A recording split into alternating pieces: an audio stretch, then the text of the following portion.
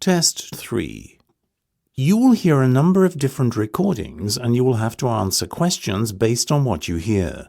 There will be time for you to read the instructions and questions, and you will have a chance to check your work. All the recordings will be played once only. The test is in 4 sections. At the end of the test, you will be given 10 minutes to transfer your answers to the answer sheet. Now turn to Section 1. Section 1. You will hear part of a telephone conversation between a customer and a booking agent. First, you have some time to look at questions 1 to 6.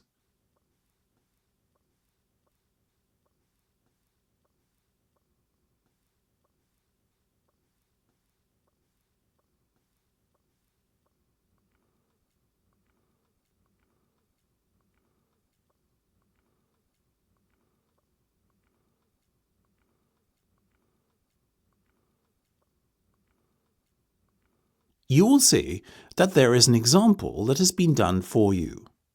On this occasion only, the conversation relating to this will be played first.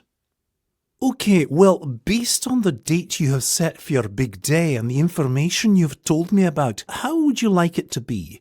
I can tell you that I have 3 suitable venues. Would you like to hear what they are? Of course.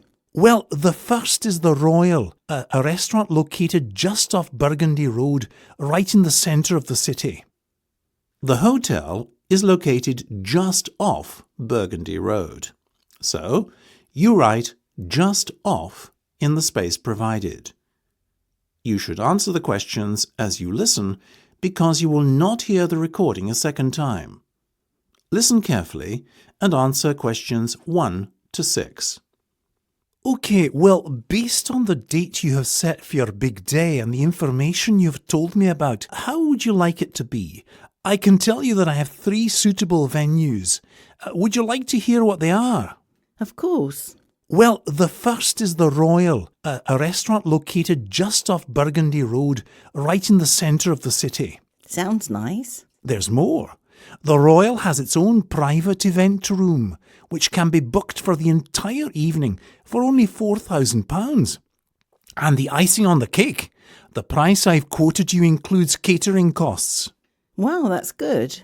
And another perk of booking this restaurant is that it is located in very close proximity to a hotel, the Royal Hotel. Wedding guests who want to stay there overnight will get a special discount on bookings. Right. Well, that's certainly a factor to consider. Though now that I think about it, I've been to the Royal before, and I found the event room rather cramped, with just 100 people inside. My wedding will be attended by more than 200 guests, so perhaps we'll need a bigger venue. What else have you got? We also have Venue 1. That's the establishment adjacent to City Hall. You mentioned that you are looking for more space. Well, you can hire out both rooms in this venue for just under £4,500. That sounds reasonable. I think it is. Very reasonable. There is one slight issue you may have, though. The rooms are on separate floors. Essentially, you will be hiring out both floors of the restaurant for the evening, and your guests will unavoidably have to be separated into 2 groups. That's not ideal, is it? I guess not, but the venue can at least host 250 guests. Plus, did I mention that a wedding band can be provided free of charge? Really? Yes, the restaurant has a very good house band, which is always available for such occasions as part of the package. Before listening to the rest of the conversation, you have some time to look at questions 7 to 10.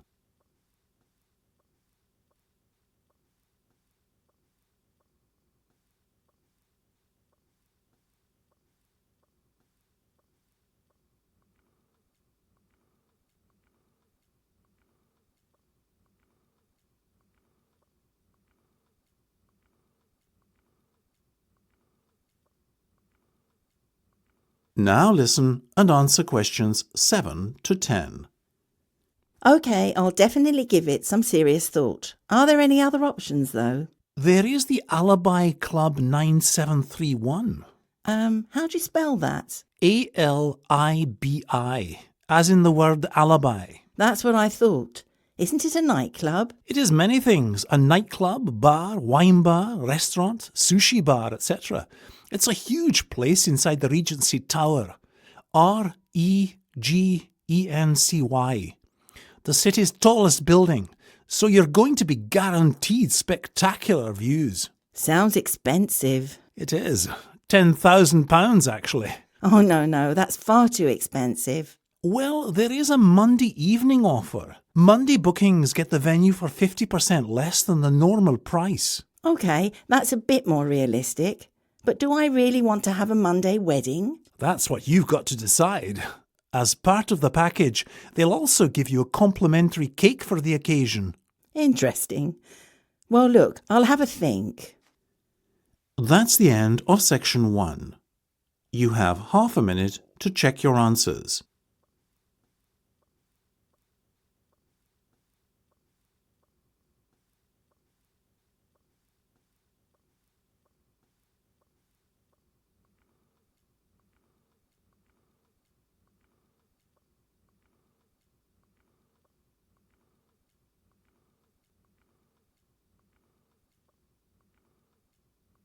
Now turn to section 2. Section 2. You will hear a town planning official talking to a businessman.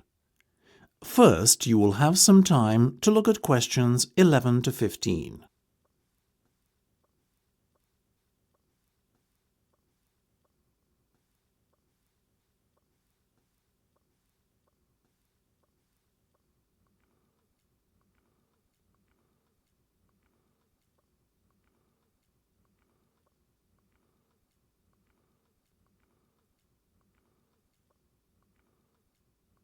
Now listen carefully and answer questions 11 to 15.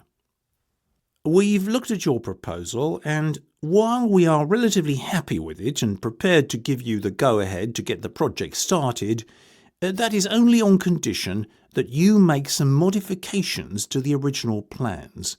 First of all, having 2 car parks is all well and good, but you only have a ticket office in one of them.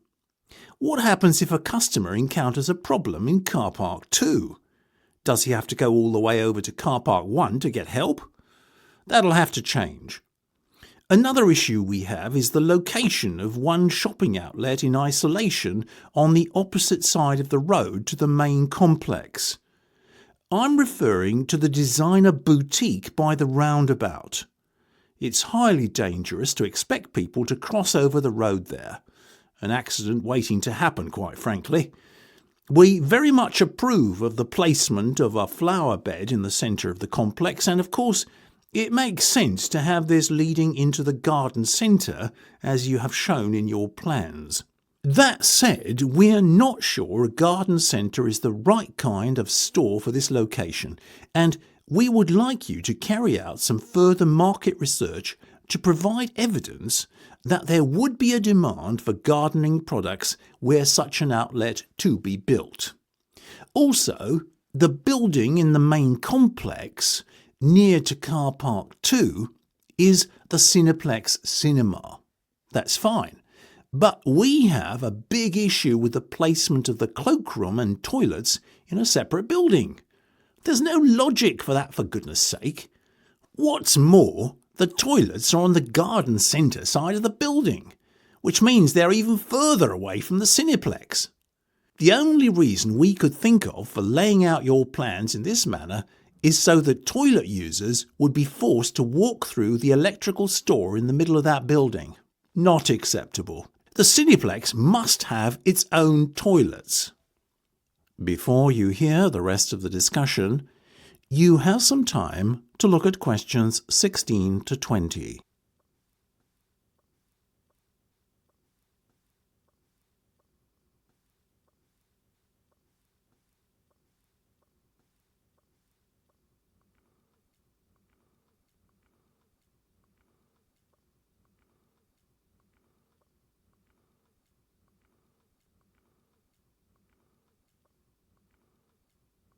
Now listen and answer questions 16 to 20.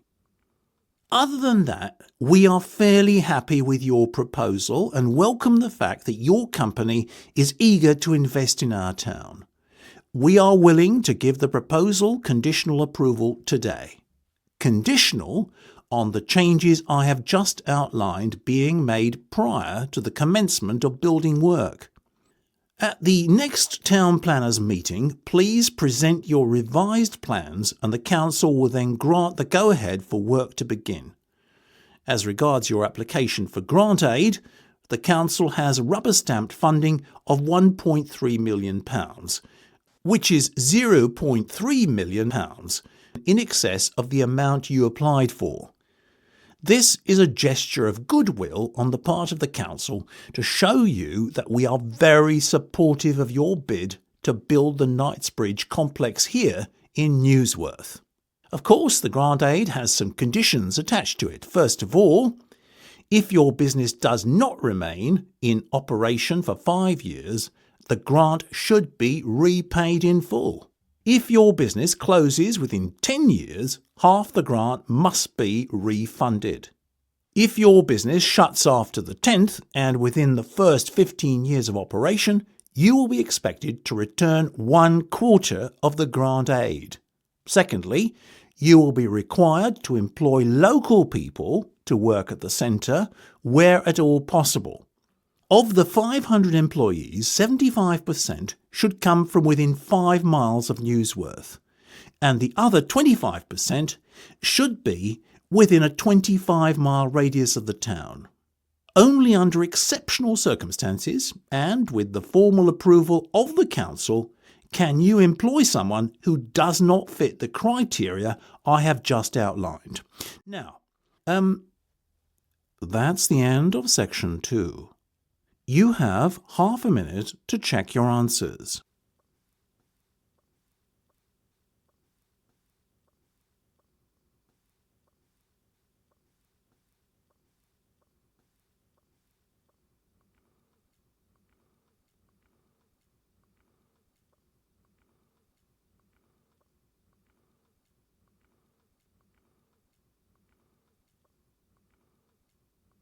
Now turn to Section 3. Section 3. You will hear a discussion between 2 students of international business. First, you have some time to look at questions 21 to 25.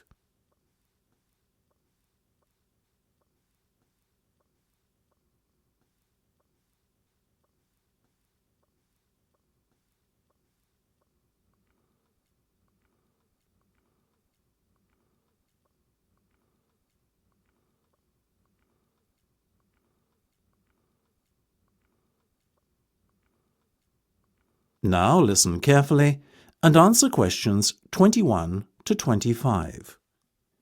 Long time no see. Hi, Chris. Yeah, it's good to be back. Definitely. Good to see you, Elle. I haven't spoken to you since, gotta be last June, was it? Yeah, that's right. Just after the end of term exams. How did you do, by the by? Not as poorly as I've been anticipating.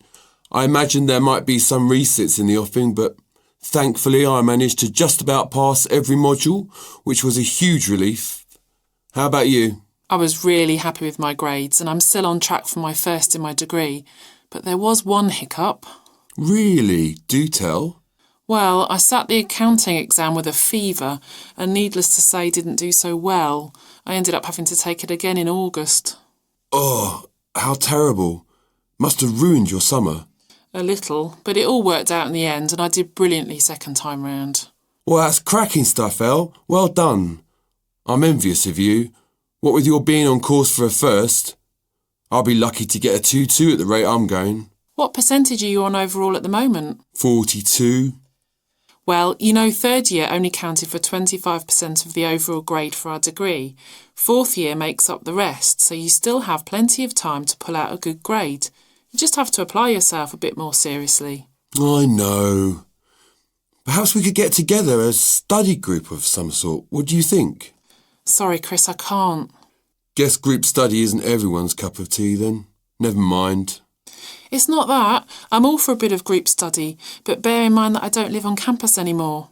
So you moved out and got your own place? No, I couldn't find one, so I moved back in with the folks. Now I get the train in from home every day. Takes about half an hour, so it's not so bad. I didn't realise. Shame we won't see so much of you around in the evenings this year then. I know, I'll miss the feel of the campus too. Before you hear the rest of the discussion, you have some time to look at questions 26 to 30.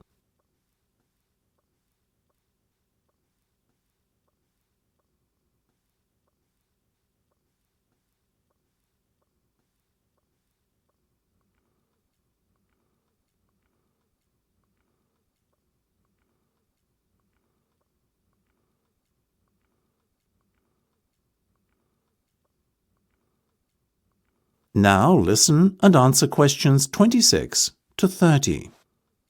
Have you chosen your modules for this semester yet, by the way? No, I'm still putting it off. Can't make up my mind what I want to do. You? Yeah, my first choice was marketing. Well, you love marketing, don't you? So I was sure you'd choose that. Me, though, I'm not completely convinced I want to do that module. I was leaning more towards human resources, though I haven't made up my mind completely yet. Why not do them both? I am. But then I wouldn't be able to do business law as it clashes on the timetable. No way. Yeah, I forgot. You love all that legal stuff, don't you? Are you doing organisational behaviour? No. You? I would sooner enrol in a class that entailed watching the grass grow for an hour and a half every day. I can't stand that Professor Leon Smith. What an absolute bore. Steady on. It's not that bad. I know what you mean. I think finance is an important module. Wouldn't you agree? That's why I'm doing it. We'll see you there then. We can sit together. Great. Sounds like a plan. Now, how about... That's the end of section 3. You have half a minute to check your answers.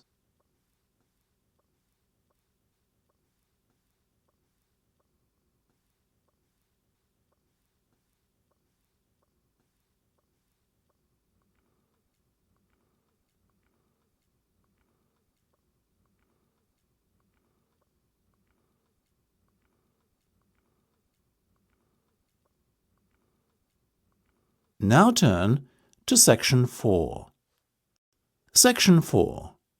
You will hear part of a psychology lecture. First, you have some time to look at questions 31 to 40.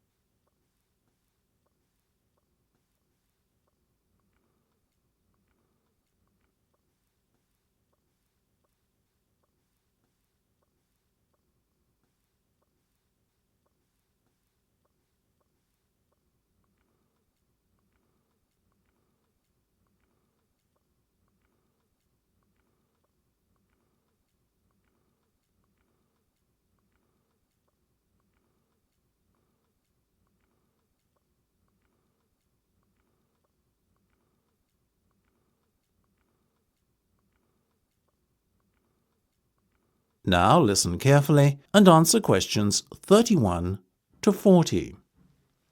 Is anyone familiar with the term parapraxis? Well, by the looks on your faces, I can surmise that you are not. Or that at least if you are not aware of the fact.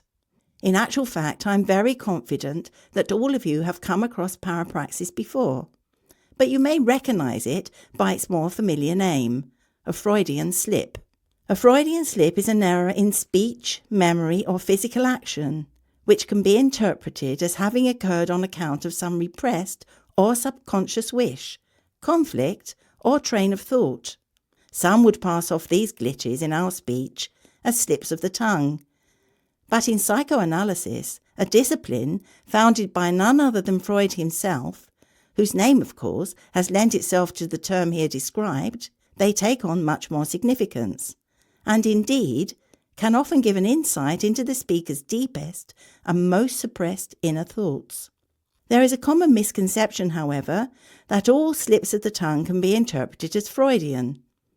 In actual fact, for a Freudian slip to have occurred, the speaker must not consciously be aware that they were thinking or feeling the things that the slip revealed. For example, if a man is in love with a woman he knows, but has never told her, and in conversation, when asked by the woman whether he would like to accompany her to a movie, he replies, "I would love you," as opposed to, "I would love to." This is not a Freudian slip. Why? Because the man is consciously aware of his feelings for the woman. They are secret from her, but not from him.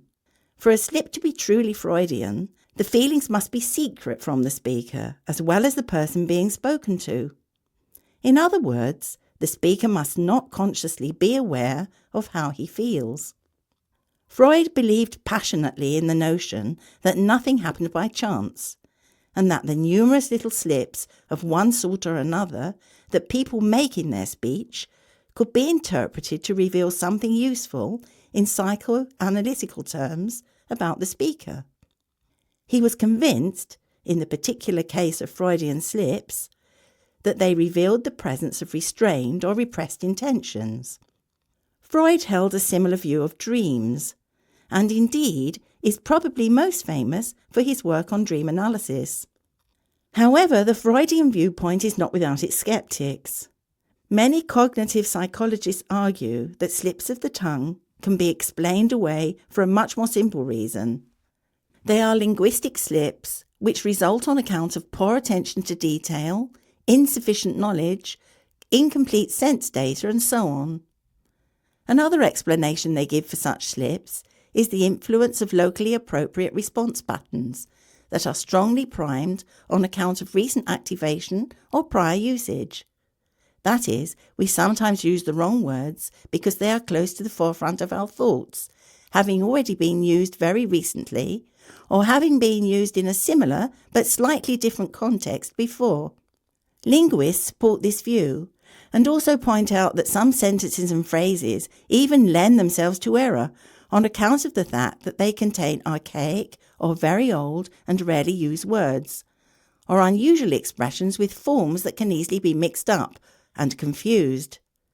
They argue, therefore, that such slips are down to strong habit substitution. In other words, we commonly replace unfamiliar words and phrases with words and phrases that sound similar or that are close in meaning, but which may, in the particular context in which they are spoken, not make adequate substitutes for the replaced words or phrases. What is clear is that. That is the end of section 4. You now have half a minute to check your answers.